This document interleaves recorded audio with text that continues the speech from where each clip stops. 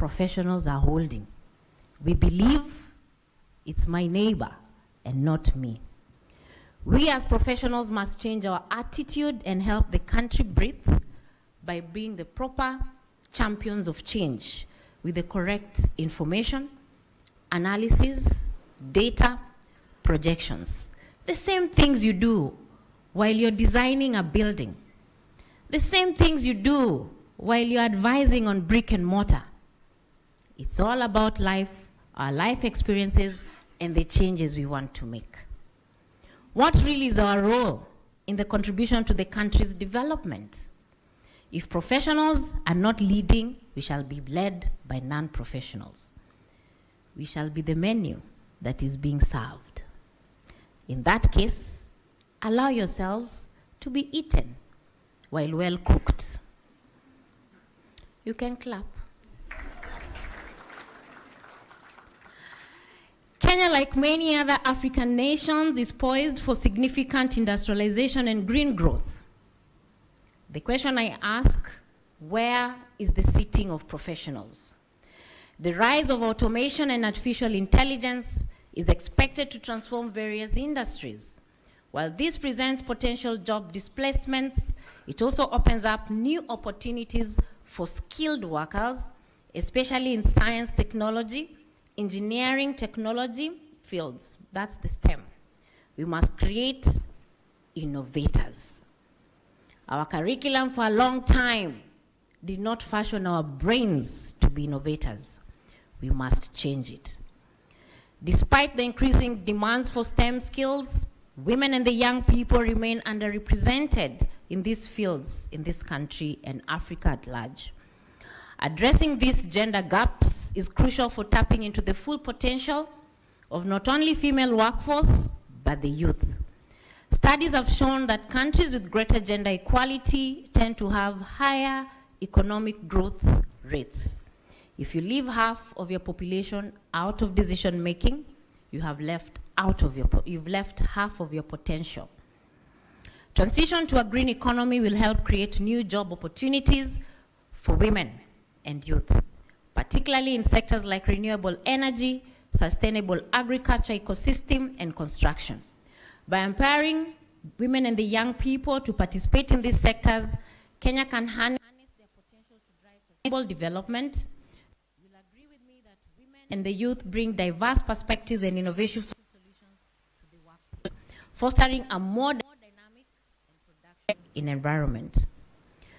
Women are often at the forefront of sustainable initiatives, making them valuable assets in the green economy. Unfortunately, as we continue to face significant barriers, including access to education, leadership positions, access to finance, and employment opportunities, they also experience discrimination, violence, harassment at the workplace, hindering their professional advancement. Africa faces significant infrastructural deficits, including transportation and digital connectivity. This hinders industrial development and competitiveness. A lack of skilled labor, particularly in technical and managerial roles, limits the ability of African countries to attract investment and drive innovation. So how do we overcome these challenges? It is by fully realizing the potential to harness the power of all. Investing in women and the young people through education and skills training is crucial for their economic empowerment. It is also about recognition and redistributing of unpaid care work. By providing affordable and accessible childcare, we will help women balance work and family responsibilities. For those in formal employment, implementing friendly work arrangements, such as remote working and flexible work hours, can accommodate women's diverse needs in the society. Mentorship and sponsorship programs also help women and the young people advance their careers and reach leadership potential. At the same time, government policies and legislation promoting gender equality and women's empowerment in the workplace are in place to create a more favorable environment for women engineers. I call on the private companies to implement policies that support women's advancements, such as flexi work hours, equal pay, diversity, inclusion, and training. Enacting and enforcing laws that protect women's rights and promote gender equality is essential. Encouraging public partnerships is also key. My office is collaborating with the World Economic Forum to establish the first gender parity accelerator in sub-Saharan Africa. By focusing on women-owned micro, small, medium enterprises, we can create tailored support mechanisms that power women entrepreneurs.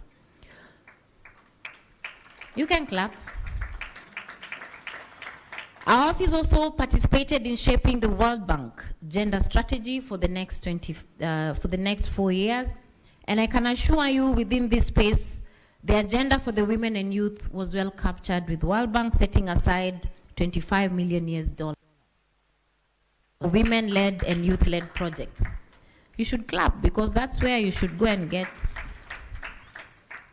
So the accelerator then will not only enhance access to resources and funding for women-owned businesses, but also foster innovation and sustainability within these enterprises. In close collaboration with the private sector, we can create more jobs for women and youth and promote gender-inclusive practices, driving economic growth and social equity. Allow me to say that Kenya is a patriarchal society, so is Africa at large. You'll be surprised it's a global problem.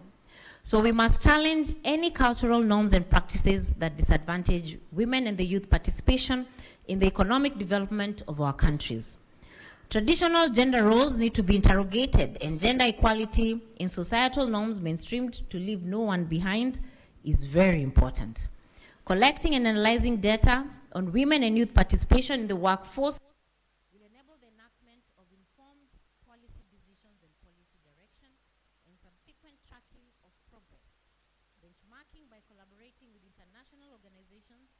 Countries should be encouraged to facilitate knowledge sharing and good practices. Embracing technology will enable us to improve productivity and competitiveness. We must ensure timely enactment of legislation, policies that promote technology transfer and innovation to address the slow adoption of technology in African industries, and professionals must participate. While Kenya has made strides in promoting gender equality in various fields, engineering remains a male-dominated profession. However, a growing number of women are breaking down barriers and making significant contribution to this field. I'm happy to note that the Institution of Engineers of Kenya Women Engineer Chapter provides a platform for women engineers to network, share experiences, and advocate for their rights. And today's summit is one such avenue, and I must say, well done to the leading teams.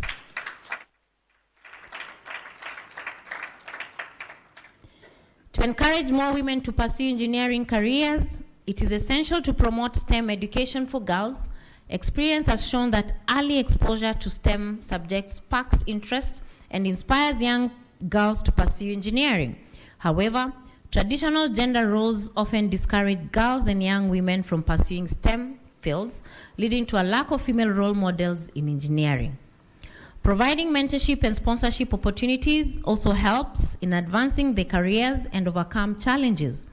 The government, through relevant ministries, has undertaken initiatives aiming at inspiring young girls to pursue STEM careers, such as the STEM camps, workshops, competitions to encourage more women to enter these fields.